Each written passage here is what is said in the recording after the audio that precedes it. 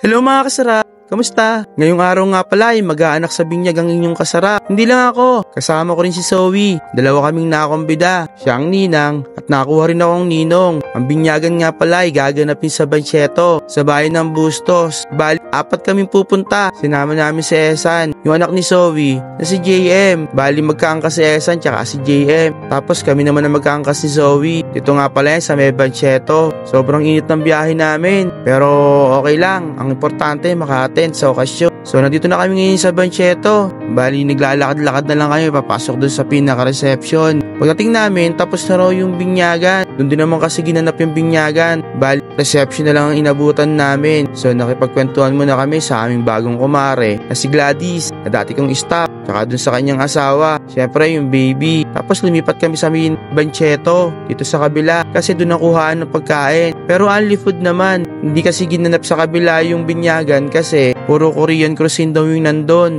Gusto nila mga Pilipinong putahe. Ang dahing pagkain. Iba-ibang putahe. Tsaka mukhang masasarap. Siyempre, ang kinuha ko muna, mga gulay. Kumuha rin ako ng lechon. Kasi lechon. Pero hinay-hinay lang ako pagkuha. Madami talagang pagkain na pagpipilian. Hindi ko lang talaga alam kung ano-anong mga pagkain yon. Hindi kasi ako pala kabisa sa mga luto Kahit nasa karinderya ako. Meron din silang mga dessert. Madami din silang dessert. Meron ding halo-halo. May minatamis. May shabu-shabu. Kung ano-ano pa. Hindi ko rin naman alam kung ano-ano yung iba na yan.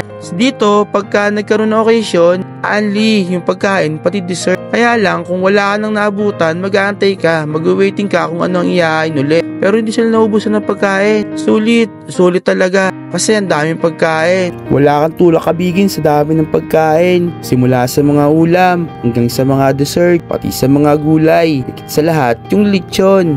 Ma-share ko lang nung pumasok sa akin si Gladys. Buntis na siya, hindi lang niya pinahalata. Pero nalaman din namin habang tumatagal. Kaya hindi rin tumagal sa akin si Gladys kasi nga kailangan na niya magpahinga dahil lumalaki ng tiyan niya. Hindi niya pwedeng itago sa amin. Nung nakakuha na kami ni Zoe, kumain na kami. Dito na kami pumesto. Kailera namin yung mga ninong at nina. Tsaka si Gladys. Kaya kumain na rin kami. Grabe, ang daming pagkain. Busog na busog ako. Busog na busog din si Zoe. Pati yung dalawang kasama namin. After nun, tinignan namin yung mga souvenir.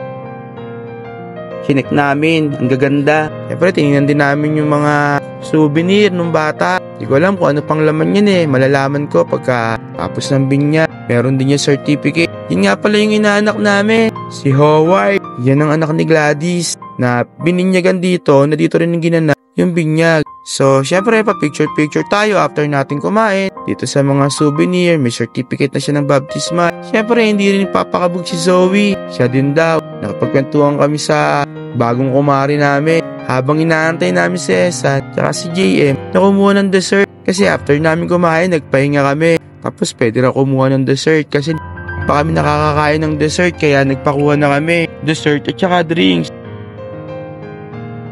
Tapos yan, kwento-kwento. Kasi matagal na rin nawala si Gladys sa karinderya. Kamustahan kami. After nun, picture daw. Picture kasi paalam na kami na uwi na kami. Dahil nakabukas yung karinderya. Wala namang naiwan ng tao kundi yung kapatid ko. So nagpa-picture na kami sa kumari namin. Tsaka sa inaanak namin. Picture taking bago umuwi. So yan lang mga kasarap. Happy baptismal kay Howard. Maraming salamat. Bye-bye!